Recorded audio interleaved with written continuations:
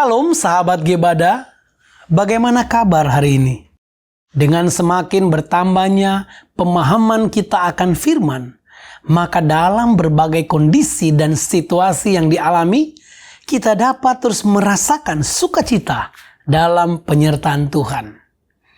Pembacaan saat ini diambil dari kitab 2 Timotius pasal 1 sampai 4. Paulus sempat dibebaskan dari penjara Roma.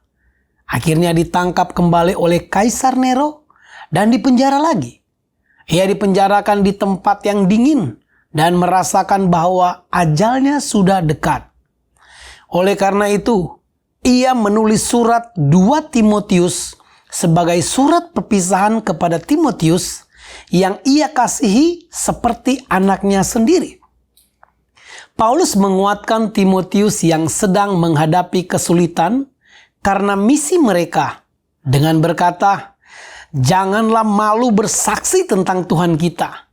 Juga janganlah malu karena aku yang dipenjarakan karenanya. Tetapi ikutlah menderita bagi Injil oleh kekuatan Allah." Paulus kemudian menyemangati Timotius dengan mengatakan bahwa penderitaan karena Injil adalah bukti bahwa seorang telah menjadi prajurit Kristus Yesus yang baik. Paulus pun menguatkan Timotius dengan menekankan pentingnya memilih orang-orang yang setia untuk menjalankan tugas pelayanan. Ia menggunakan perumpamaan kehidupan seorang prajurit, atlet, dan petani sebagai contoh kehidupan seorang penyebar kabar baik. Paulus kemudian menekankan bahwa seperti dirinya, seseorang harus selalu menjaga diri tetap murni dan kudus untuk menjadi bejana yang berharga di tangan Tuhan. Dinyatakannya, jika seseorang menyucikan dirinya dari hal-hal yang jahat, ia akan menjadi perabot rumah untuk maksud yang mulia. Ia dikuduskan, dipandang layak untuk dipakai tuannya, dan disediakan untuk setiap pekerjaan yang mulia. Sebab itu, jauhilah nafsu orang muda. Kejarlah keadilan, kesetiaan, kasih dan damai bersama-sama dengan mereka yang berseru kepada Tuhan dengan hati yang murni. Dapatkah kita membayangkan dan merasakan kasih Paulus kepada Timotius? Bagi Timotius, Paulus adalah seorang pemimpin sejati yang memberikan pengaruh baik. Paulus tahu bahwa penganiayaan dan penderitaan akan menimpa orang yang ingin menjalani kehidupan saleh, maka ia menasihati Timotius untuk tetap berpegang pada apa yang telah dipelajari dan diyakininya serta bersandar pada Alkitab yang berisi hikmat yang menuntun pada keselamatan. Firman Tuhan berkata, segala tulisan yang diilhamkan Allah memang bermanfaat untuk mengajar, untuk menyatakan kesalahan, untuk memperbaiki kelakuan, dan untuk mendidik orang dalam kebenaran. Dengan demikian, tiap-tiap manusia kepunyaan Allah diperlengkapi untuk setiap perbuatan baik. Pada akhirnya Paulus memotivasi Timotius untuk menyampaikan firman Tuhan dalam segala situasi tanpa tergantung waktu atau keadaan. Dan Paulus yang merasakan akhir hidupnya kian dekat menyatakan hal ini. "Aku telah mengakhiri pertandingan yang baik. Aku telah mencapai garis akhir dan aku telah memelihara iman. Sekarang telah tersedia bagiku mahkota kebenaran yang akan dikaruniakan kepadaku oleh Tuhan, Hakim yang adil pada harinya. Tetapi bukan hanya kepadaku, melainkan juga kepada semua orang yang merindukan kedatangannya."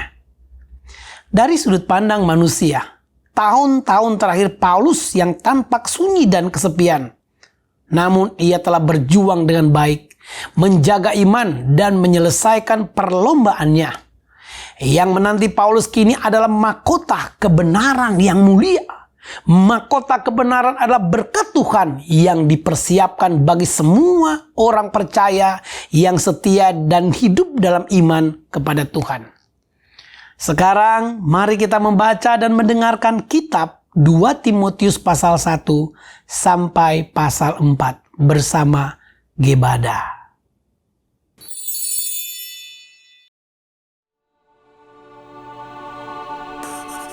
Dari Paulus, Rasul Kristus Yesus oleh kehendak Allah, untuk memberitakan janji tentang hidup dalam Kristus Yesus. Kepada Timotius, anakku yang kekasih, kasih karunia, rahmat dan damai sejahtera dari Allah Bapa dan Kristus Yesus Tuhan kita menyertai engkau. Aku mengucap syukur kepada Allah yang kulayani dengan hati nurani yang murni, seperti yang dilakukan nenek moyangku. Dan selalu aku mengingat engkau dalam permohonanku, baik siang maupun malam. Dan apabila aku terkenang akan air matamu yang kau curahkan, aku ingin melihat engkau kembali, supaya penuhlah kesukaanku. Sebab aku teringat akan imanmu yang tulus ikhlas, yaitu iman yang pertama-tama hidup di dalam nenekmu, Lois, dan di dalam ibumu, Eunike, dan yang aku yakin hidup juga di dalam dirimu. Karena itulah, kuperingatkan engkau untuk mengobarkan karunia Allah yang ada padamu, oleh penumpangan tanganku atasmu. Sebab Allah memberikan kepada kita bukan roh ketakutan, melainkan roh yang membangkitkan kekuatan, kasih, dan ketertiban. Jadi, janganlah malu bersaksi tentang Tuhan kita, dan janganlah malu karena aku, seorang hukuman karena Dia, melainkan ikutlah menderita bagi Injilnya oleh kekuatan Allah. Dialah yang menyelamatkan kita dan memanggil kita dengan panggilan kudus, bukan berdasarkan perbuatan kita, melainkan berdasarkan maksud dan kasih karunia-Nya sendiri yang telah dikaruniakan kepada kita dalam Kristus Yesus sebelum permulaan zaman, dan yang sekarang dinyatakan oleh kedatangan Juru Selamat kita, Yesus Kristus, yang oleh Injil telah mematahkan kuasa maut dan mendatangkan hidup yang tidak dapat binasa. Untuk Injil inilah aku telah ditetapkan sebagai pemberita, sebagai rasul, dan sebagai guru. Itulah sebabnya aku menderita semuanya ini. Tetapi aku tidak malu, karena aku tahu kepada siapa aku percaya, dan aku yakin bahwa Dia berkuasa memeliharakan apa yang telah dipercayakannya kepadaku hingga pada hari Tuhan. Peganglah segala sesuatu yang telah engkau dengar daripadaku sebagai contoh ajaran yang sehat, dan lakukanlah itu dalam iman dan kasih dalam Kristus Yesus. Peliharalah harta yang indah yang telah dipercayakannya kepada kita oleh Roh Kudus yang diam di dalam kita. Engkau tahu bahwa semua mereka yang di daerah Asia Kecil berpaling daripadaku, termasuk Figelus dan Hermogenes. Tuhan kiranya mengaruniakan rahmat-Nya kepada keluarga Onesiforus, yang telah berulang-ulang menyegarkan hatiku. Ia tidak malu menjumpai aku di dalam penjara. Ketika di Roma, ia berusaha mencari aku, dan sudah juga menemui aku. Kiranya Tuhan menunjukkan rahmat-Nya kepadanya pada harinya. Betapa banyaknya pelayanan yang ia lakukan di Efesus. Engkau lebih mengetahuinya daripadaku.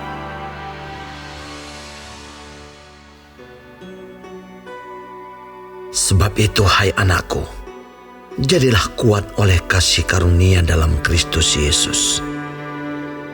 Apa yang telah engkau dengar daripadaku di depan banyak saksi, percayakanlah itu kepada orang-orang yang dapat dipercayai, yang juga cakap mengajar orang lain. Ikutlah menderita, sebagai seorang prajurit yang baik dari Kristus Yesus. Seorang prajurit yang sedang berjuang, tidak memusingkan dirinya dengan soal-soal penghidupannya. Supaya dengan demikian, ia berkenan kepada komandannya.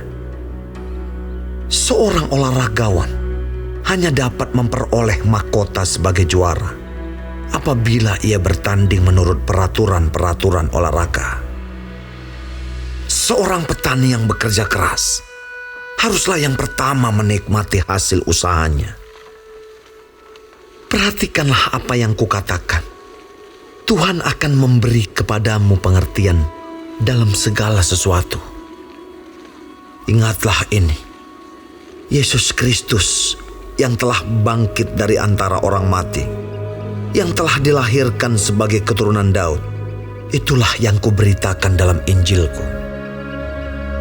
Karena pemberitaan Injil inilah aku menderita, malah dibelenggu seperti seorang penjahat. Tetapi firman Allah tidak terbelenggu. Karena itu, aku sabar menanggung semuanya itu bagi orang-orang pilihan Allah, supaya mereka juga mendapat keselamatan dalam Kristus Yesus dengan kemuliaan yang kekal. Benarlah perkataan ini. Jika kita mati dengan Dia, kita pun akan hidup dengan Dia. Jika kita bertekun, kita pun akan ikut memerintah dengan Dia. Jika kita menyangkal Dia, Dia pun akan menyangkal kita. Jika kita tidak setia, Dia tetap setia, karena Dia tidak dapat menyangkal dirinya. Ingatkanlah dan pesankanlah semuanya itu dengan sungguh-sungguh kepada mereka di hadapan Allah, agar jangan mereka bersilat kata, karena hal itu sama sekali tidak berguna, malah mengacaukan orang yang mendengarnya. Usahakanlah supaya engkau layak di hadapan Allah sebagai seorang pekerja yang tidak usah malu, yang berterus terang memberitakan perkataan kebenaran itu. Tetapi hindarilah omongan yang kosong dan yang tak suci, yang hanya menambah kefasikan. Perkataan mereka menjalar seperti penyakit kanker. Di antara mereka termasuk Himeneus dan Filetus, yang telah menyimpang dari kebenaran dengan mengajarkan bahwa kebangkitan kita telah berlangsung, dan dengan demikian merusak iman sebagian orang. Tetapi dasar yang diletakkan Allah itu teguh, dan meterainya ialah Tuhan mengenal siapa kepunyaannya, dan setiap orang yang menyebut nama Tuhan hendaklah meninggalkan kejahatan. Dalam rumah yang besar bukan hanya terdapat perabot dari emas dan perak, melainkan juga dari kayu dan tanah. Yang pertama dipakai untuk maksud yang mulia, dan yang terakhir untuk maksud yang kurang mulia. Jika seorang menyucikan dirinya dari hal-hal yang jahat, ia akan menjadi perabot rumah untuk maksud yang mulia. Ia dikuduskan, dipandang layak untuk dipakai tuannya, dan disediakan untuk setiap pekerjaan yang mulia. Sebab itu, jauhilah nafsu orang muda, kejarlah keadilan, kesetiaan, kasih, dan damai bersama-sama dengan mereka yang berseru kepada Tuhan dengan hati yang murni. Hindarilah soal-soal yang dicari-cari, yang bodoh dan tidak layak. Engkau tahu bahwa soal-soal itu menimbulkan pertengkaran. Sedangkan seorang hamba Tuhan tidak boleh bertengkar, tetapi harus ramah terhadap semua orang. Ia harus cakap mengajar, sabar, dan dengan lemah lembut dapat menuntun orang yang suka melawan. Sebab mungkin Tuhan memberikan kesempatan kepada mereka untuk bertobat dan memimpin mereka sehingga mereka mengenal kebenaran. Dan dengan demikian, mereka menjadi sadar kembali karena terlepas dari jerat iblis yang telah mengikat mereka pada kehendaknya.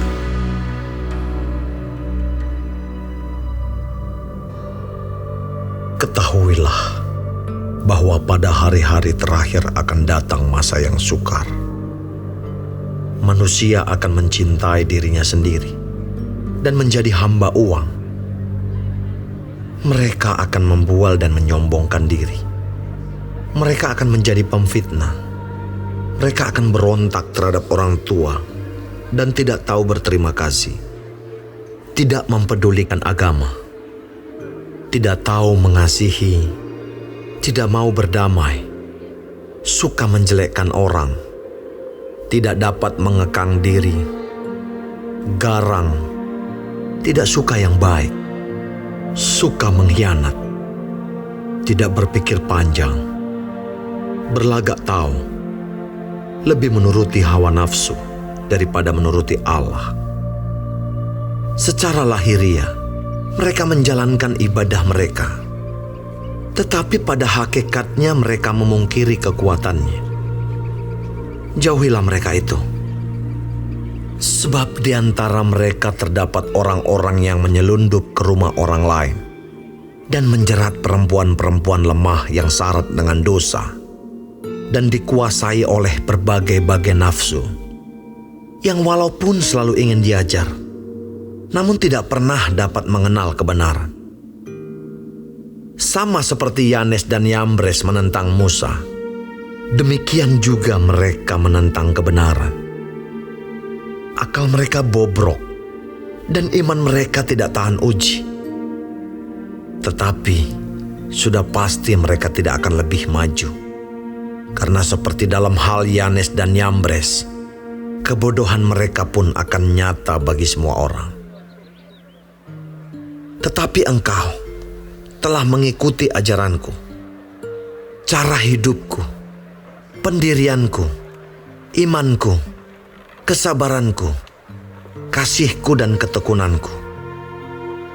Engkau telah ikut menderita penganiayaan dan sengsara, seperti yang telah kuderita di Antiokhia dan Ikonium dan Listra. Semua penganiayaan itu kuderita, dan Tuhan telah melepaskan aku daripadanya. Memang setiap orang yang mau hidup beribadah di dalam Kristus Yesus akan menderita aniaya. Sedangkan orang jahat dan penipu akan bertambah jahat. Mereka menyesatkan dan disesatkan. Tetapi hendaklah engkau tetap berpegang pada kebenaran yang telah engkau terima dan engkau yakini, dengan selalu mengingat orang yang telah mengajarkannya kepadamu. Ingatlah juga bahwa dari kecil engkau sudah mengenal kitab suci yang dapat memberi hikmat kepadamu dan menuntun engkau kepada keselamatan oleh iman kepada Kristus Yesus. Segala tulisan yang diilhamkan Allah memang bermanfaat untuk mengajar, untuk menyatakan kesalahan, untuk memperbaiki kelakuan, dan untuk mendidik orang dalam kebenaran. Dengan demikian, tiap-tiap manusia kepunyaan Allah diperlengkapi untuk setiap perbuatan baik.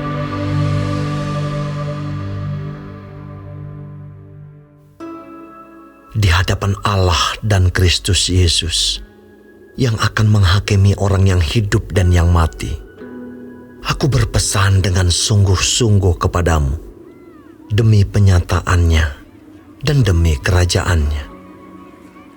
Beritakanlah firman, siap sedialah baik atau tidak baik waktunya. Nyatakanlah apa yang salah, tegurlah dan nasihatilah dengan segala kesabaran dan pengajaran. Karena akan datang waktunya, orang tidak dapat lagi menerima ajaran sehat, tetapi mereka akan mengumpulkan guru-guru menurut kehendaknya untuk memuaskan keinginan telinganya. Mereka akan memalingkan telinganya dari kebenaran dan membukanya bagi dongeng. Tetapi kuasailah dirimu dalam segala hal.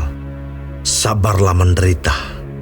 Lakukanlah pekerjaan pemberita Injil dan tunaikanlah tugas pelayananmu. Mengenai diriku, darahku sudah mulai dicurahkan sebagai persembahan, dan saat kematianku sudah dekat. Aku telah mengakhiri pertandingan yang baik. Aku telah mencapai garis akhir, dan aku telah memelihara iman. Sekarang telah tersedia bagiku mahkota kebenaran yang akan dikaruniakan kepadaku oleh Tuhan, Hakim yang adil pada harinya. Tetapi bukan hanya kepadaku, melainkan juga kepada semua orang yang merindukan kedatangannya. Berusahalah supaya segera datang kepadaku, karena Demas telah mencintai dunia ini dan meninggalkan aku. Ia telah berangkat ke Tesalonika, Kreskes telah pergi ke Galatia, dan Titus ke Dalmatia.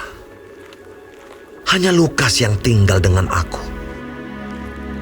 Jemputlah Markus dan bawalah ia kemari, karena pelayanannya penting bagiku. Tikikus telah kukirim ke Efesus.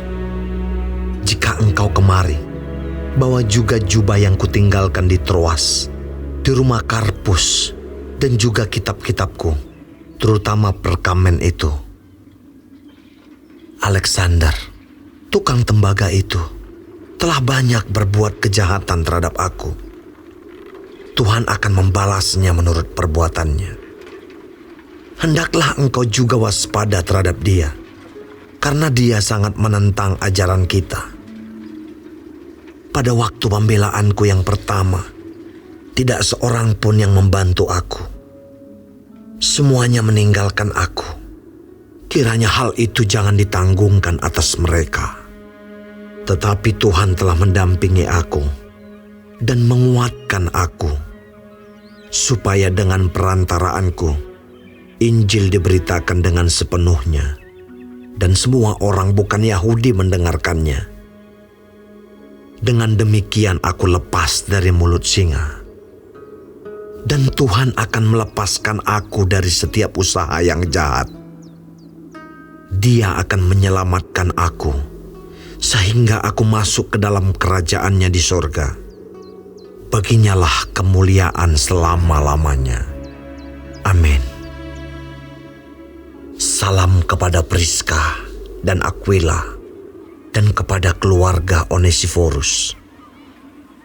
Erastus tinggal di Korintus, dan Trofimus kutinggalkan dalam keadaan sakit di Miletus.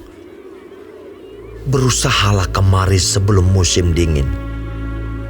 Salam dari Ebulus dan Pudes, dan Linus dan Claudia, dan dari semua saudara. Tuhan menyertai rohmu, kasih karunia-Nya menyertai kamu.